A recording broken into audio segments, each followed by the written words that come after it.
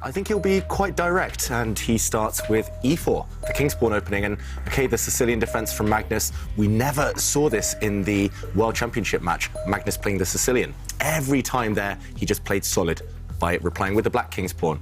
So now we will see surely some World Championship preparation on show. Look at Nepomniachtchi, he was just looking off to the side there, now looking down, sipping his tea. He's just trying to remember what he had planned for the World Championship match in this opening. This is something Magnus rarely actually employs these days, pushing this pawn. Usually we see him do something else. But yeah, of course, Magnus has been here before, Jan has also been here before.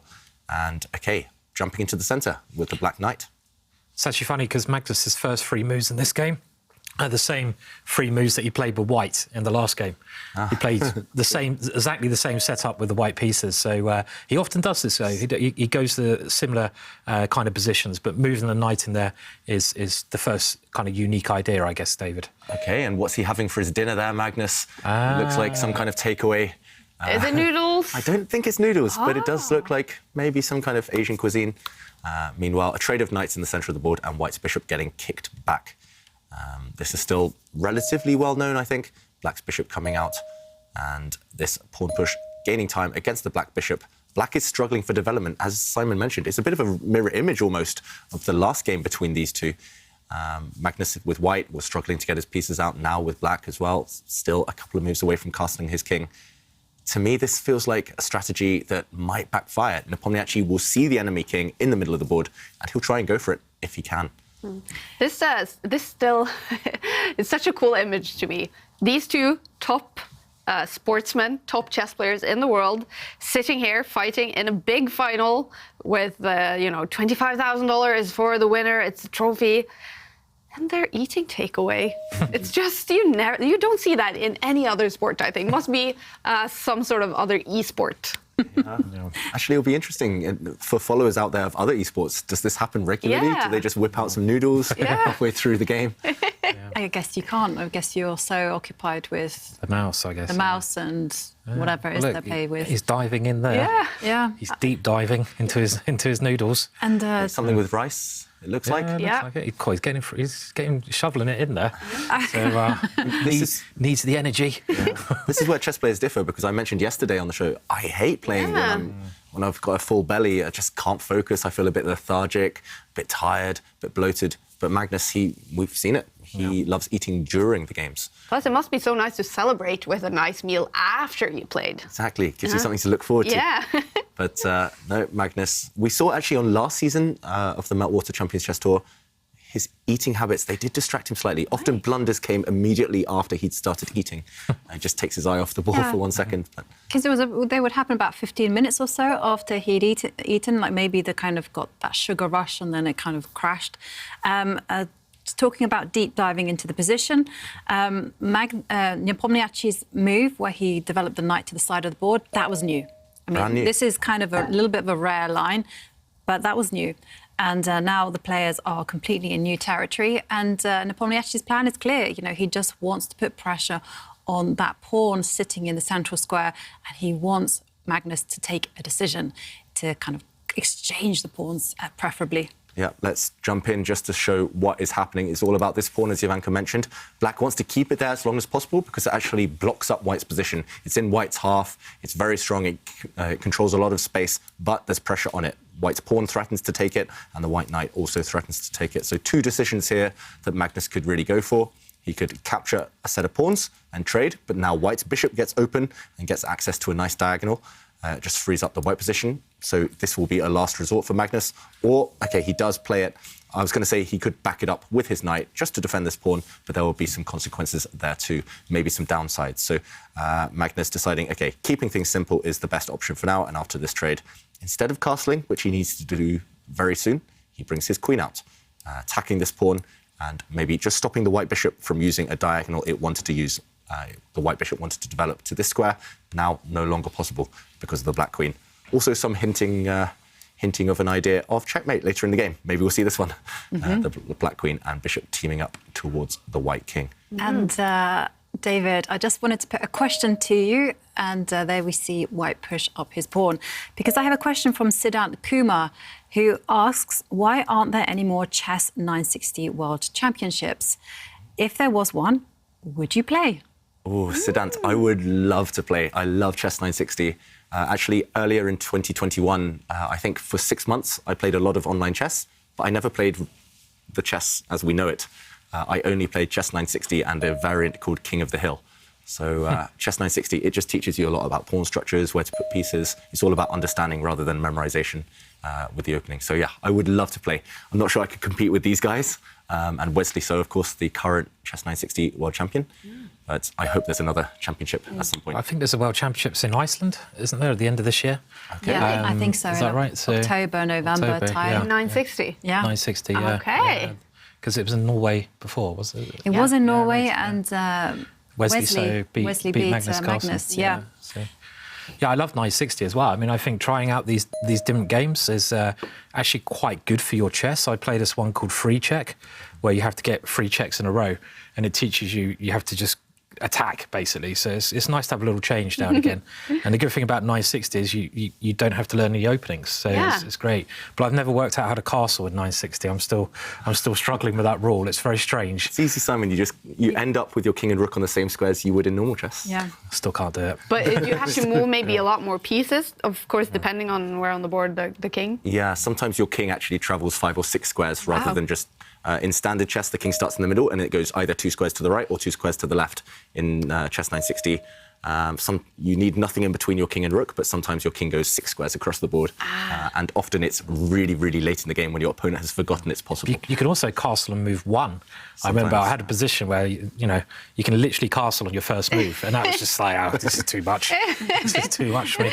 You'll master it someday, Simon. But this is why everyone turns up early when the round is announced. It's fantastic. Normally everyone's late, but this time, 5 minutes before, they're like, yep, you got your pairings, here's the board, here's the position you're going to play. And everyone is running to their boards and kind of like, what can I play? What can I play? What's the plan? You can checkmate in 2 moves as well, can't you? It's you could you have the Very scholar's strange. mate in a 960 variant. Really weird thing, things. yeah. I think Magnus once lost a game in, 3 or 4 moves? What? Chess 960, just because he'd forgotten that one of the opponent's pieces was attacking something. And maybe it was when he just forgot his opponent could castle, actually, and he lost a piece or a rook just with 1 move. It's so tricky, chess 960, to even survive past the first few moves. And definitely, I think, one of the variants of chess which will teach you actually the most about general chess understanding. Lots of crossover there. Meanwhile, if we catch up with the game, not too much has changed. We saw the dark squared bishops get traded, and now a set of pawns have left the board as well. So black has this open file with his rook on the A line. And it's quite similar to the first game, David, I think, isn't it? As in the pawn structure, Magnus, again, has that extra pawn in the centre of the board. So, typically, if you can last a bit longer, that pawn could be very useful in the ending. It's a bit solid, quite solid, but white has maybe more attacking chances here. I mean, I would love to be pushing my f-pawn forwards if I was white and trying to storm the black king. And we talked about how Jan should win this match, and we said his best chance is probably by attacking. So I really hope we see him just throwing that pawn forwards, trying to get it all the way up the board as far as it can go, maybe, to open up the black king. I mean, that's a very typical idea here if you can play it. But Magnus has obviously good development and a very sound position, so it's not going to be easy to break through. Yeah, this pawn push would love to be played by white, but he maybe needs to just prepare it a bit longer first. And I mean, for example, if he pushed it now, a lot of weaknesses now for white to defend as well. So that would have been very, very risky, but maybe desirable at some point in the next few moves. Instead, he just brings his queen up, covering some squares that the black rook might want to use. And it's unclear what exactly white's aiming for. Maybe centralizing his rook, maybe pushing this pawn, as you mentioned. Meanwhile, black is very flexible, very solid. I have a question for you both. It was always my understanding that these kind of pawn structures with that big pawn on the e4 square and the other pawn on the c4 square, they're quite good, but when the light squared bishop is trapped behind them and black gets a lot of activity, the position changes in black's favour because of this bad bishop. Personally, I would take black here just because white has pushed and gained so much space, but there are so many holes behind these pawns, and we have already seen an exchange, a trade of 2 sets of minor pieces. If the bishops and knights which had left the board, if they were back on the board, I would take white every time just because these pawns clamp down. Black is struggling. All of the pieces want to occupy the same squares. But here, it feels like black is the one with more ideas. I was going to say black can jump in with the queen to one of these squares. He does that. He could also jump in with his knight to one of these squares. Black is very flexible with his rooks. Black could infiltrate with his own rook. Lots of ideas. White maybe a bit more stuck. And after Magnus did jump in with the black queen, Jan reacted instantly, surprising because he has options. He brought his knight to the side. There's actually the potential of a trap in this position. Well, I was wondering what would happen if white threw his knight into the middle of the board. And again, this is following the same pattern as the first game. You can remember in the first game that this knight also jumped in. So can he even play it here, possibly? Yeah, I mean, good question, Simon. Try and liquidate some bits off the board. Yeah, so this knight jumping in, the whole idea is that you are now opening up this tension between the queens. If black's queen takes the white queen, then again, another Zwischenzug, not capturing the black queen, instead flicking in a check first. Knight takes knight is a check. The king will move. Now you take the queen. And this position, after black recaptures the knight, it's level pawns, level material. But I slightly prefer black here, just because white's pawns are a bit weak. We got to the ending, and we said that black wants to get to the ending in these kind of positions. So actually, that exchange has probably just helped black out, get the queens off the board, better pawn structure. Yeah, also the question after the knight jumps in is whether black can capture with his own knight, defending the queen in the process. And after the knight is recaptured, only now go for the trade. And again, we end up in an endgame. It's not clear who's better here. For example, it looks like black's about to win a pawn, but white could flick in another check. And just showing off some tactics here, but a discovered attack against the black bishop. And it will just fizzle out. It would all become level. So in the current position, it doesn't look likely that Jan will try and copy the same strategy he used last time. But he does have to deal with this pressure against this pawn. Now his central pawn is under fire twice, and it's only defended once. So Jan needs to defend this pawn, and he needs to do it quickly. Maybe with his own pawn, but that would be loose as well. I'm slightly surprised the evaluation is in white's favour because black looks completely fine here to me. Okay. Jan Nepomniachtchi, he is up on the clock. First game ended in a draw. This is game 2, and there is a total of 4 rapid games today. This is to decide the winner in the first match. They can, of course, tie the first match as well. And it's still possible also to end it in 3 games. First player to reach 2.5 points will be the winner of the first match. But is this a game that can end up with a winner? Is it too early to call? It's still early days. All 3 results definitely possible. I think Jan would love to press and gain some advantage. I think this is a great move that Jan's played, and this is why maybe the computer likes white. It's a kind of a normal move, but we talked about white's pawns being weaknesses. Black's got this horrible pawn on the queen side, on the dark square, and I think white's just trying to aim to take that pawn. And I quite like white's position, actually, to be honest. This is a really clever move, as you mentioned. Let's explain the point behind it, because the bishop's dropped back. It looks like you're leaving a pawn, kind of blundering a pawn in a way. But now, as you mentioned, white has ideas. For example, you could step up the board with the queen. Actually, this is a pin now, hitting the black bishop and the queen behind it. But also, this pawn, lonely and vulnerable. It might just drop off the board at some point. I don't think black can really go for this. Because now it's actually also hard to defend this bishop. So it feels like things would be turning in white's favour here. But if black doesn't capture this pawn in the centre of the board, what else do you do after the white's bishop retreats? If black just takes a time out, for example, pushes a pawn, creates some space for his king, then, as Simon mentions, the queen can come up, target this guy. You could also think about maybe bringing the queen up the hallway, trading off. I'm not sure. This might backfire, but after a trade here, at least you have a strong square for the rook. You're still attacking this pawn. And yeah, maybe you're right, Simon. Very clever move there from Jan Nepomniachtchi. These are the hardest moves to see in chess sometimes, just quiet retreating moves, especially when it looks like your opponent has a threat. So yeah, very nice move. And black has to be wary of this idea, attacking the isolated pawn. It just shows how fickle we as the commentators can be, because I was like loving black's position, and now suddenly after this bishop retreat, I'm changes, like, yeah, Simon, good point.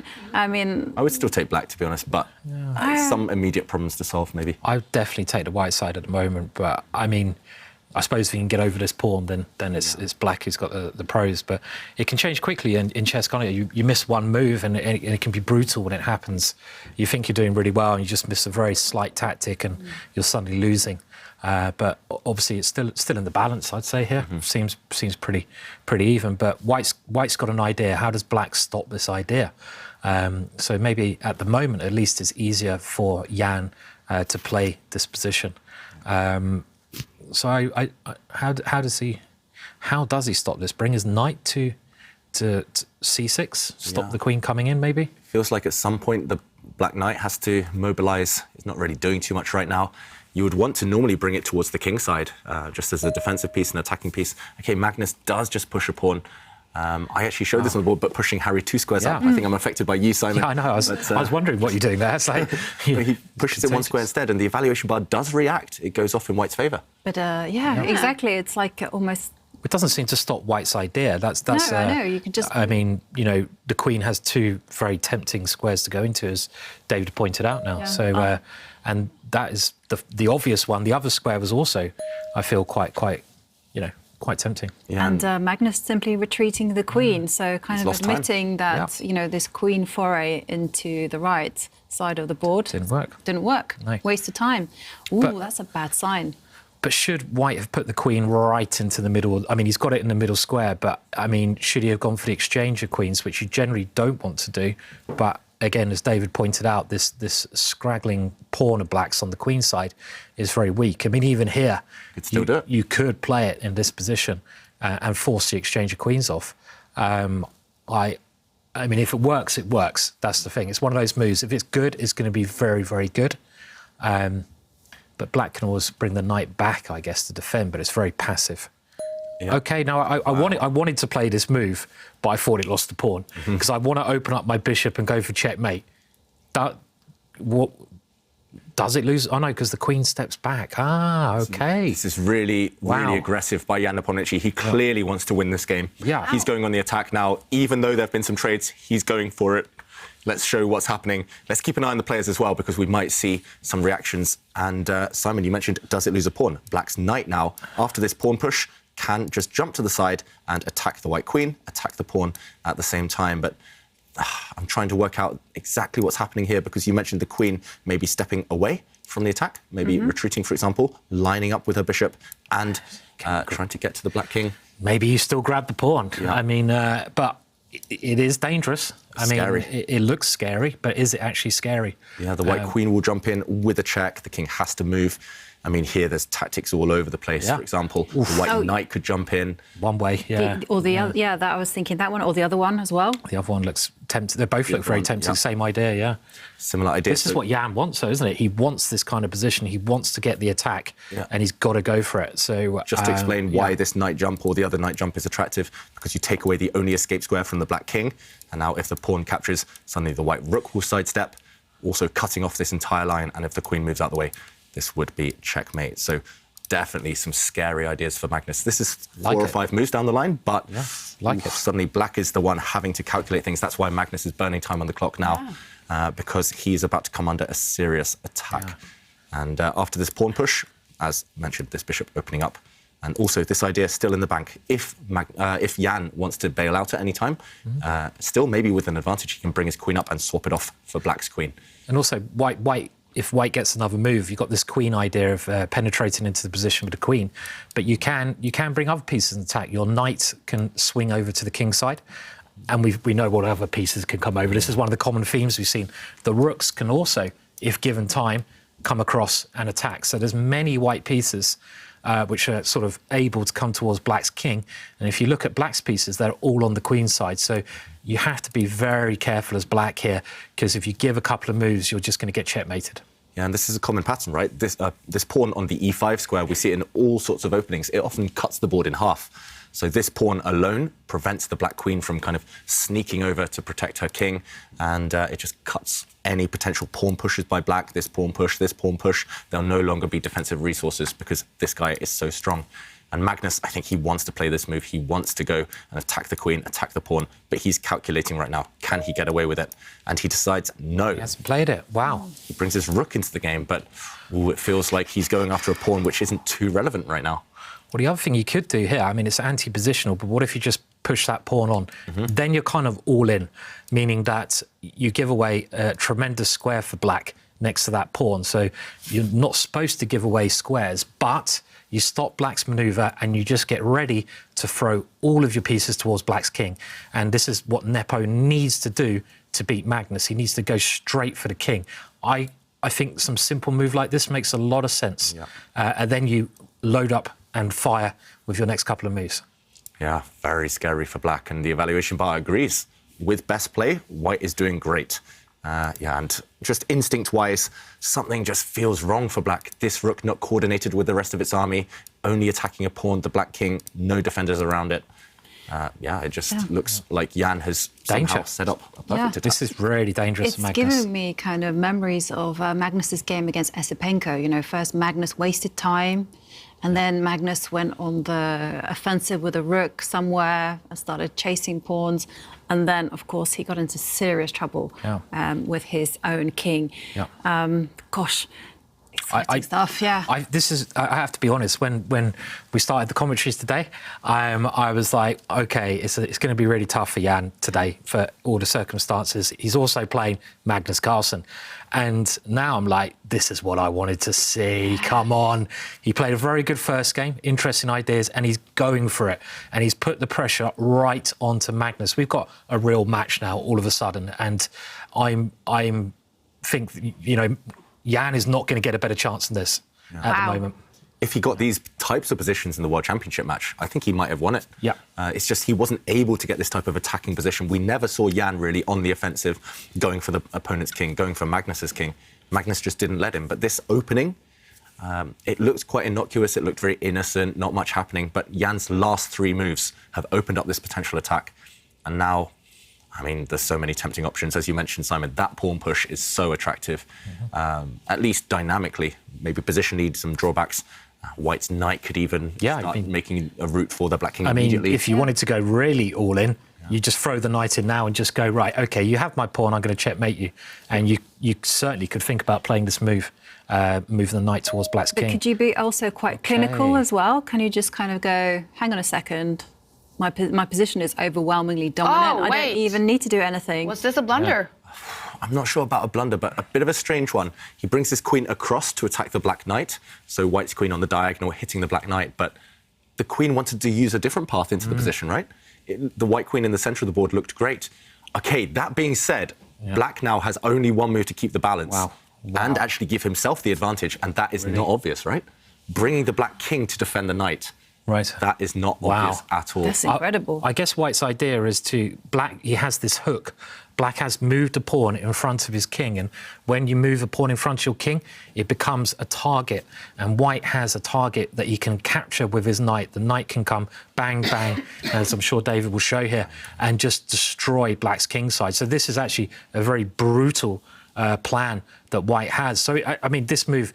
It does look very scary for Magnus, but he's only got 1 reply. Yeah. Now, he found it in the last game, but this moving your king here, really? I mean, you don't normally move your king. Exactly. It looks bizarre in a way, just moving your king kind of towards the danger zone, but that is the best move, and the computer says black has the advantage. And maybe that's just because white is too slow now. White's queen temporarily on the side of the board. And if no sacrifices work, if no breakthroughs work towards the black king, actually suddenly this pawn is under fire and this pawn is under fire. You can't defend them both. So maybe that's why the computer says black is +1 up, because white will lose a pawn in this manner. I mean, this still looks fascinating if you go knight to g4 here and you just sacrifice it next move. I mean, I'd still be very scared if I was black in this position, even if the computer says that black is doing well here. I mean, it still looks terrifying to me. Yeah. So I guess after rook takes pawn, for example, you sacrifice and... Maybe you take... I think you can take the pawn. Yeah, maybe. Defend. Just taking the centre here. Yeah, calm and defence. And rely on counter-attacks. He finds the best move. Always. Always. Yeah, actually, yeah. Always. This is why he's the world champion, I guess. I mean, knight g8 there? Yeah, I was about to say sneaky moves. The white knight could creep into the position and utilising some pins here. I'm not sure this fully works, though, after, for example, black pushes with his... Oh, but then now there's a check. Maybe it works. Oh, this is crazy lines here. Crazy stuff coming towards the black king. It's all about the black king. Either white is going to deliver checkmate, or he'll just be a pawn down for nothing. And I'm just looking back as well, and there's chances that in the current position, if white does go all out on the attack with his knight, for example, going for this pawn, then after rook takes, maybe we just eliminate some attackers first. Maybe, for example, we can take this bishop, getting rid of an attacking piece, and then now we take the knight, and it looks super scary still, to be honest, but at least the knight can block any potential checks. Yep. Black does have some counter-attacking ideas of his own to take this pawn, or maybe even to go for checkmate himself. And scary, doesn't it? Anything can happen here. Yeah, it's just all three results on the cards. Yeah. So this is what we wanted, though. We wanted a lot of action. We wanted to see Jan going for it, and he's going for it. I think he should just play this and hope for the best, right? Roll the dice. I mean, he's a little bit up on the clock as well. He's got a bit of time to think here. Maybe he doesn't have so much choice as well, because he's dropping a pawn, right? He's going to lose a pawn. He's 2 pawns on pre. He can't go safe now. Yeah, and between those 2 pawns, you kind of want to hold on to the central pawn because, like David mentioned earlier, he cuts the board in half. And as we saw, black has a bit of a fine line to walk. Yep. So... Yeah, I mean, maybe after you move the knight, you could even, you don't have to sacrifice straight away. Maybe you could try to bring the rook around. Done it. He's going for it. He's going for the attack, Jan. Yep. He's all in, right? He's all in, yeah. If this was poker, his chips would all be in the middle. Yeah. And, it's all about this sacrifice, trying to open up diagonals. I was also thinking, sorry, Dave, I was also thinking that you could go rook d4, maybe after the next move, try to get one more piece in before you go for it. This might be a little bit slow, but, you know, we're going to see it. Will he capture that pawn, on that hook on h6 now? Will he go for it? OK, so current position is this one. This is an idea Simon mentioned, lifting the rook up, trying to swing it across towards the black king. But the critical move, the acid test of everything black is doing, is to play knight takes pawn. And the reason this is so tempting is because if the knight is captured, then this is a deadly check. If the king marches to the centre, then there's going to be more deadly checks. And if the king goes to the side of the board, then suddenly, look at this bishop. It's been doing nothing for the last few moves, but now it's going to pounce. And this is actually one checkmating pattern to remember. Bishop check. He's played it. Okay. Wow. Check. And the king would move, another check, and this would actually end What's that in called? checkmate. This pattern. Oof. The bishy. The bishy. The You're making things up, Simon. The bishy, I heard, but I was going to try to blag you guys, but I can't pull it off this You've time. done it before, but in the current position, wow, it is completely crazy. This position now, the knight cannot be touched. It's poisoned. And look at this. Yeah. The computer suggesting moves again. It does suggest giving up the rook for this bishop, as we showed in that line. The bishop potentially strong. But then again, black could go for queen takes pawn. That looks fine for black as well. And the other move would be very, very sneaky. The third choice of the computer is to lift the queen up the board, 1 square, and threaten checkmate on this diagonal. Both sides now going for the opponent's kings. This is just crazy. Let's ignore the evaluation bar because it's just wild. Yeah. Let's enjoy the fireworks that are about to happen. Wow. But what about the clock for Magnus? He is down by, is it 4 minutes on the clock? How crucial is that in this position? It could be crucial, and I think that was one of the factors behind Jan gambling and going for this attack. Maybe in the back of his mind he knows it's not going to be successful if black defends perfectly, but how do you defend a crazy position like this perfectly with 3 minutes? Yeah. Maybe Magnus can do it. I mean, we've seen him play the best moves several times already. He's played the best move, of plays course. I mean, how do you beat this guy if he just plays the best move every time? It's That's really why hard. he's world champion, Simon. I know. There is a reason for these things. And I mean, the way he lost to Dubov in one of the previous tours was the same kind of way. It was Dubov playing these kind of very aggressive, maybe unsound sacrifices, but Magnus couldn't quite defend properly in those ones. But here, this is a lovely move, nice actually. move, yeah. Just bringing a piece over to attack the queen and defend. This knight jump was not possible on the last turn because white's bishop was actually staring down at this square. It would have captured off the black knight. But now black's going to get exactly what I showed, but with an extra move. So Magnus improving on the line I showed earlier. No matter where the white queen goes now, the white queen attacked by the black knight, then black will capture this white knight. And a quick material count shows that black has a bishop and a knight for one of the white rooks. White has a pawn. If we do a quick count, white does have a pawn extra in return, but that's not really a factor right now. It's not about pawns, it's about pieces. Black's knight and black's bishop should be more powerful than one of the white rooks. And black's king, for now at least, safe in the centre. Yeah, it's crazy. It's very easy, isn't it, with a valuation bar to know what's going on. But even here, I would be like, I wouldn't know what actually the evaluation is in a real game because it's just so unclear. I agree, and I think for Nepomniachtchi, the pressing issue is he has to cover those potential weaknesses on those light squares, because Magnus has a bishop and a knight. That's That's one extra attacker because white just has a rook. So the thing that I'm kind of concerned about is that Magnus could, in the next move, just simply line his bishop and queen on the same diagonal. And that's a tricky checkmating idea that's difficult to handle. And if white is forced on the defensive, then the black knight will spring forward, and suddenly there's 3 pieces attacking that one point. So I would think about reinforcing that defensive strategy, and then think about, in the future, of maybe advancing the kingside pawns for white. Yeah, white also has 2 pawns under fire right now, the central pawn and the pawn on the c-file. Can't defend them both. There's no checks. Black's knight is covering all the checks. Black's knight really is the king's best friend in this position, and I'm struggling. White would love to push Harry the h-pawn forward, but just a bit slow. It does take a few moves to get motoring. And yeah, maybe for now, for the first time, I start to agree with the evaluation bar. That being said, Nepomniachtchi trying, he's throwing all the... He doesn't like going backwards, does he? He likes going forwards. And I mean, why not? You've got to keep going. Once you do an attack like this, as soon as you start defending, it normally goes horribly wrong. That rook's on a very nice square as well. Yeah. And it stops 2 of the ideas we've mentioned. Yeah, what do we think Black should be playing here? Because just to show, after this rook move, Black cannot capture this pawn in the centre, because now there would be a check and a double attack. When the king moves, the knight drops off. Although, actually, this rook is hanging. It's not so clear. It's such a complicated position. Every position is full of poison. Yeah, I was going to advocate for the second option, greed. Mm-hmm. Yeah. So I was going to say also, this rook move stops the black queen lining up against this pawn. Meanwhile, we do see a couple of moves. Queen takes pawn was played, and after white's rook captured, attacking the black bishop now attacking the white rook, and white has to be a bit careful here.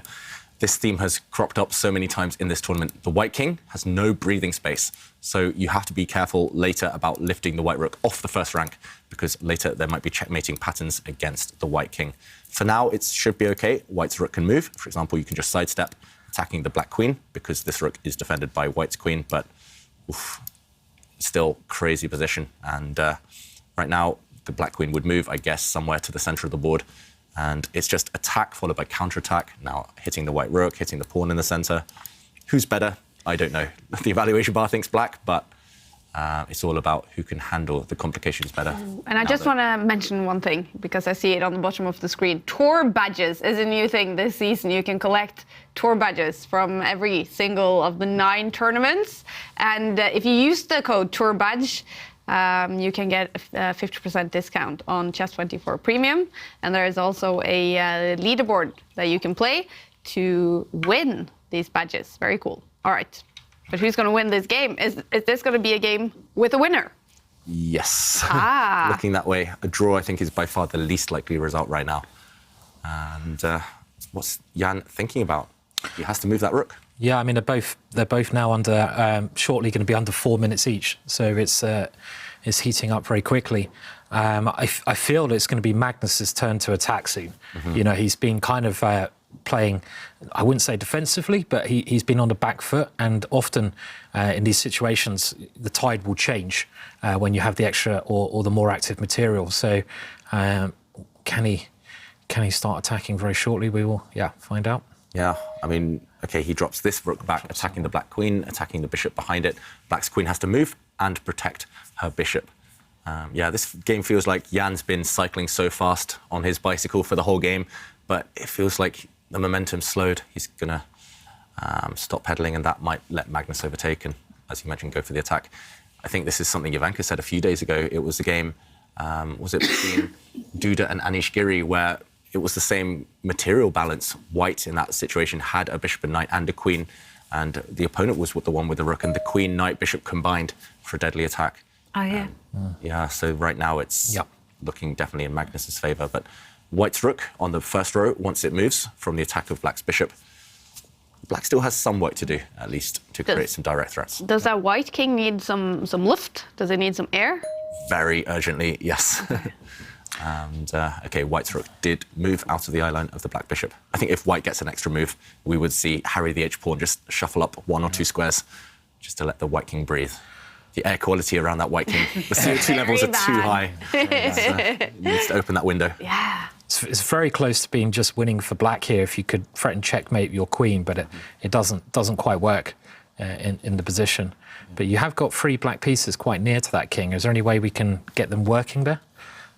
Possibly. I would love to get the black rook in at some point as well. Yeah. It feels like white won't be able to stir up any threats over the next couple of moves. The only issue is that if the black knight ever moves, there will be some checks from the white queen to the black king. I must admit, I'm a bit surprised by Magnus's play, because I kind of thought that he would be going for that weak pawn in the middle of the board. Yeah. Grab that one. And Maybe he can maybe do he can now. do it. Just maybe step just backwards, moves the bishop. Move the bishop away, somewhere safe, somewhere protected, and then Just grab it. grab it. Yeah, if he gets rid of that, and he has done, if he gets rid of that pawn, it does seem like, OK, you know, black's really going to be so comfortable there. Yeah, exactly. Because then the king is safe, everything is OK. If you step the king forward, and the rook can suddenly transfer between both sides. Yeah, love it. There's no way for white to defend the central pawn now. White's central pawn is about to drop off. But you know what you do in desperate situations, don't you? There's only one pawn you push. In every situation, Simon. In every situation, push that man up the board, cross your fingers, and just punt him. Yeah. And he's off. That's exactly what Jan is doing, crossing his fingers now, because on material terms, black is ahead. And now this knight jumping away from any attack. Note how the black queen covers the corner square. I mean, you have to be so confident in this position still. I mean, like, you know, and... Still some threats, potentially. White's rook trying to join the action, also acting as a defensive piece. The white rook defending the white king from the front. No immediate threats, but that white rook, if it comes up to the 7th rank, then the white queen might threaten some checks. Still, Jan fighting hard. Yep. This is, still not easy for Magnus, despite what the evaluation bar says. Yeah, I have a suspicion that Magnus's best approach is probably to be patient, because white's pieces look very impressive, very scary, but you can't actually get that far. I think they've kind of reached their maximum there, and so I think take some time out. He's only got under a minute now. Yeah, I know. It's not easy. It's got to be patient under a minute. So he's put his rook on a protected square. This is good. Yeah. Good strategy. Yeah, Peter doesn't like it, surprisingly, because it looks very natural. Black does have some idea as well of bringing his rook down to the 1st rank, trading off a set of rooks, trying to get through to the white king. If you can swap pieces here, then black maybe pretty happy, just because he has a material advantage. Also, black's king now does have an escape square. It can just shuffle off to the side and run over to the left side of the board at some point. Oof, that's a nice idea, David. Not immediately, but at some point over the next few moves, depending on what white does. And this one, as that tweet says, this one heating up. And very exciting game. Yeah. Really good game, this one. And now... Deadly threat on the board. Deadly threat, bring the queen in, blocking the black's queen route to the corner. So he's running. The king does run. But that didn't work. Why doesn't it work? Because rook takes bishop. Rook takes bishop. Yeah, rook takes... Just what's rook happening? takes pawn has been played. This one is super complicated right now. White has just taken a pawn, and black's king cannot run because now the knight is under fire. And actually, what's he done? There's some huge threats. White's queen is trying to come up to the top of the board. Then the black rook in the corner would be taken. You can check, you can take the rook, you can check, take the knight, you've got the H-pawn. I think this has happened before with Magnus, even though the computer says he's winning. As soon as he gets a bit of pressure, he doesn't find the right defence. Is Jan winning now? I think he might be winning. Also, look, that white H-pawn, Harry, might decide this game. Might become a queen. Does that really surprise you? Ever since you were right, Simon, that keeps happening. Shouldn't really surprise you. But it doesn't look that Magnus is reacting to this. It looks like Jan has been reacting to this. Magnus making a move with 50 seconds left on the clock. I think he just panicked, maybe because of the clock situation. He had to make a hasty decision, and it just wasn't the right one. I think maybe the black king could have run in a different way.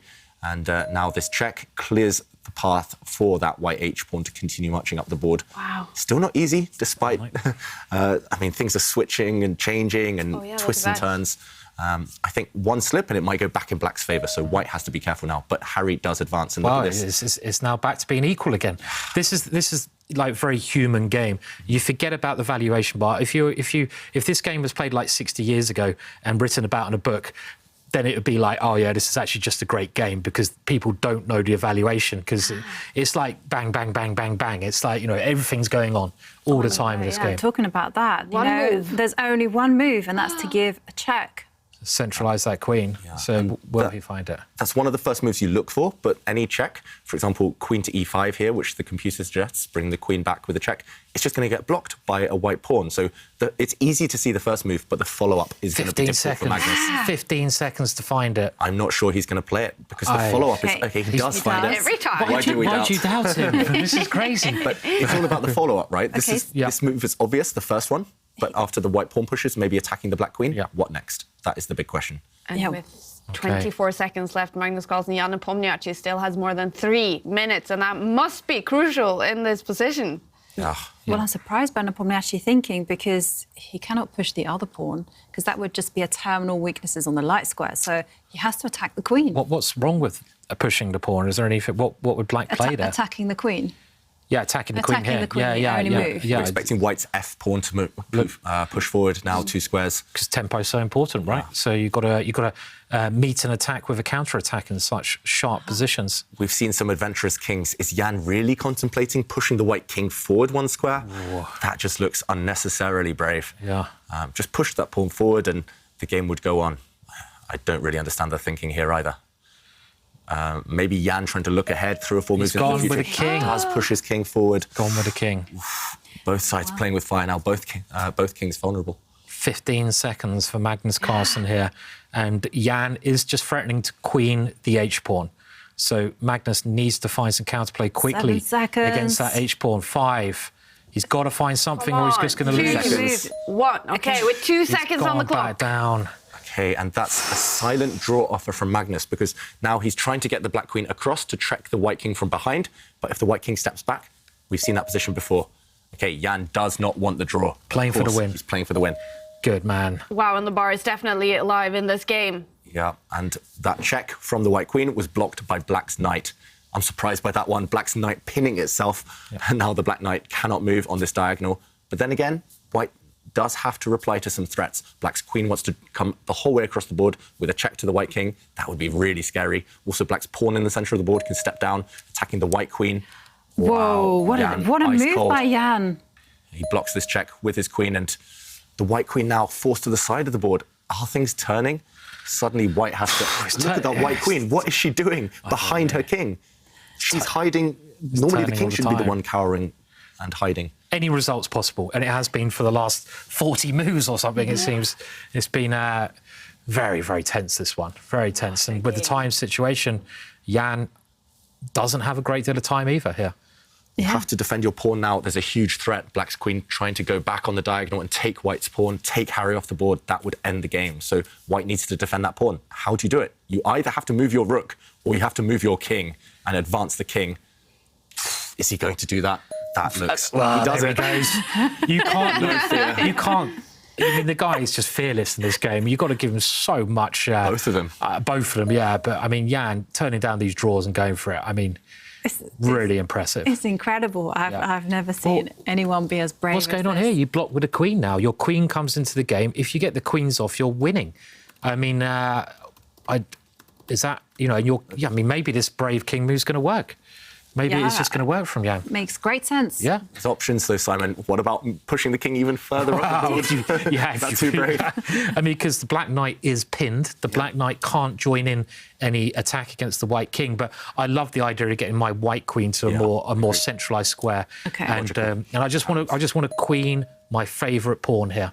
Yeah, it's all about Harry. Will that pawn become a queen? Now, this is another check, this time on the diagonal. Diagonal queen checks are always the most effective. Now, white has to choose a square for his king. Which square is safest? Are you tempted to run up the board? Super tempted, especially in light of what he's done previously. But now the king retreats, and black finally blocks this pin. So black's knight now is finally free to move. The white queen has to run away. And where's she going? A queen trade would benefit white here for sure. He offers it. Going for the exchange. And it looks like Jan is happy with his position right now. He is nodding. Oh, but the bar reacting again. Yeah.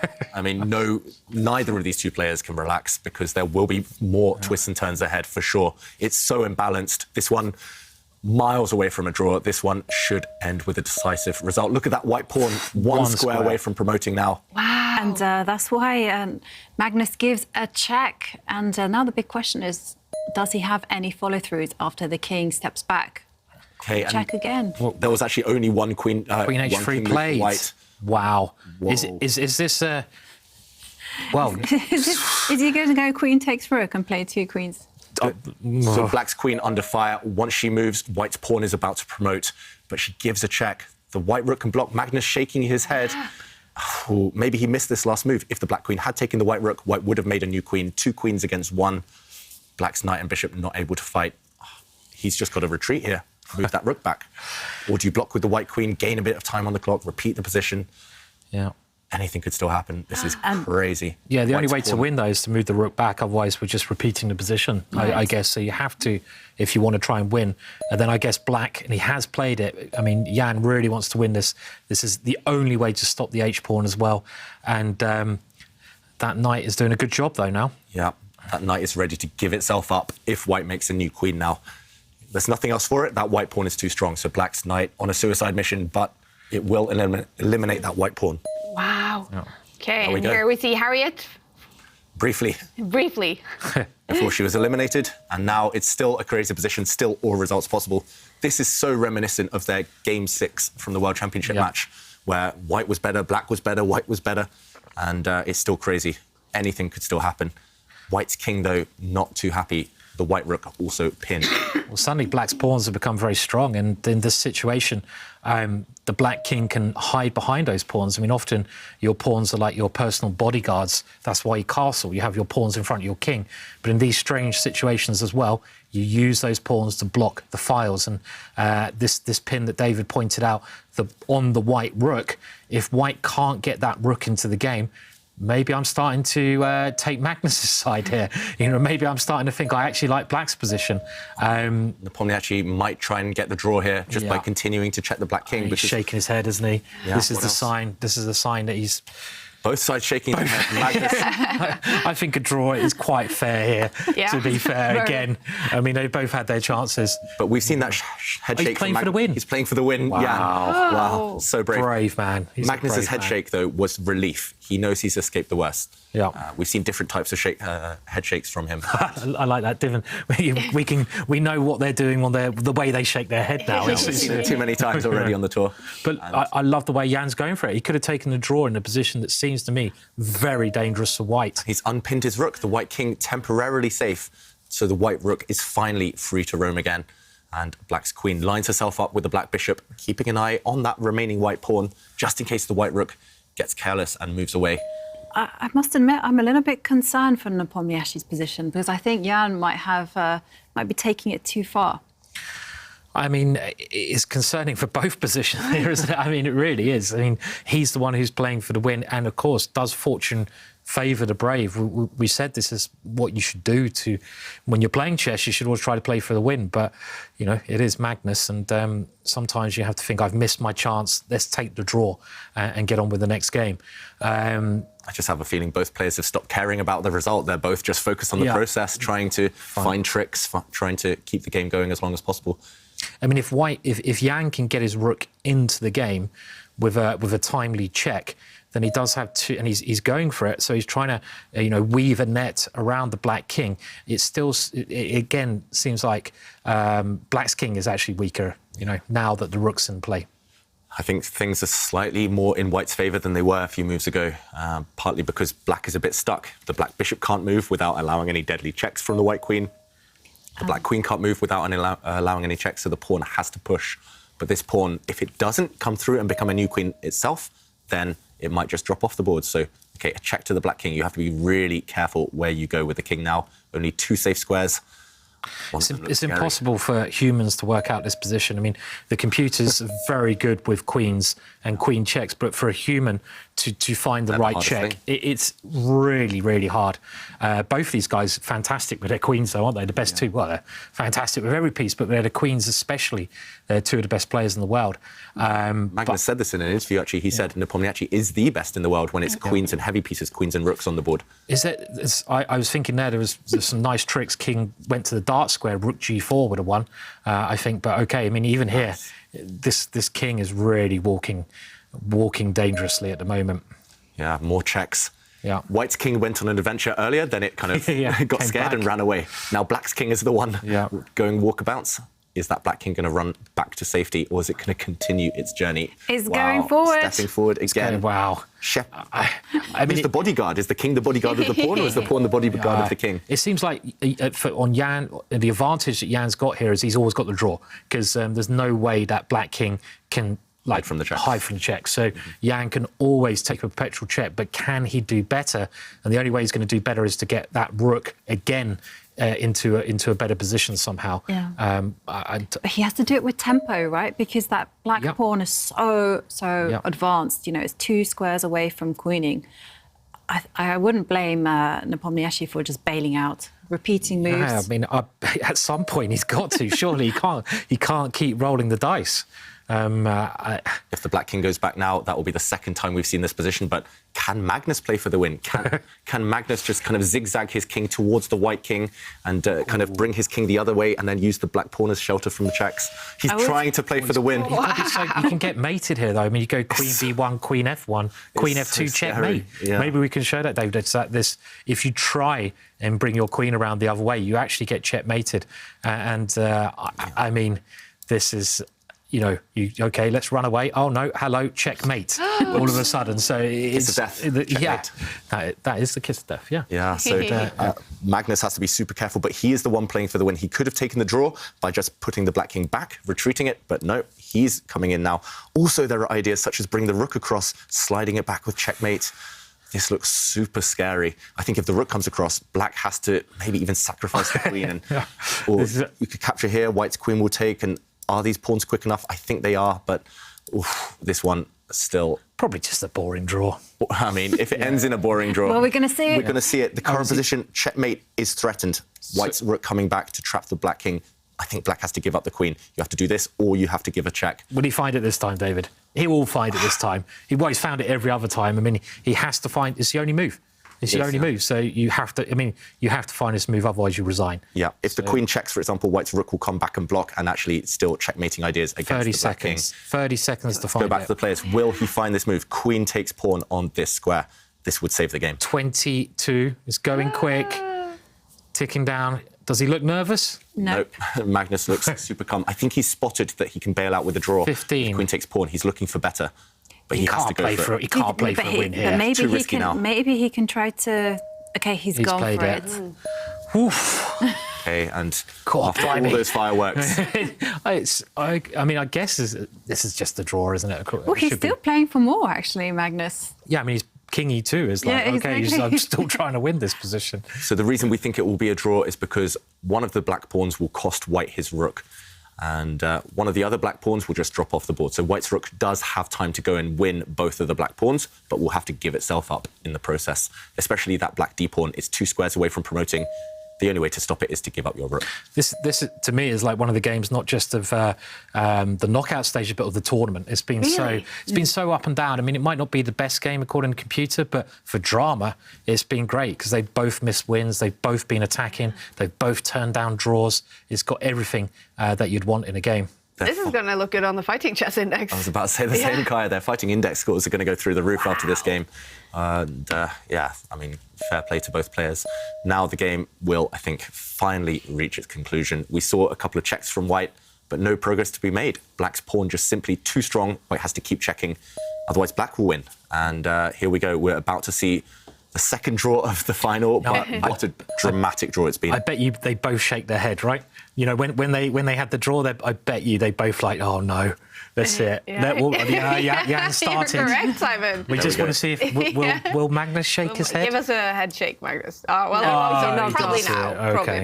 Probably now. Jan is definitely.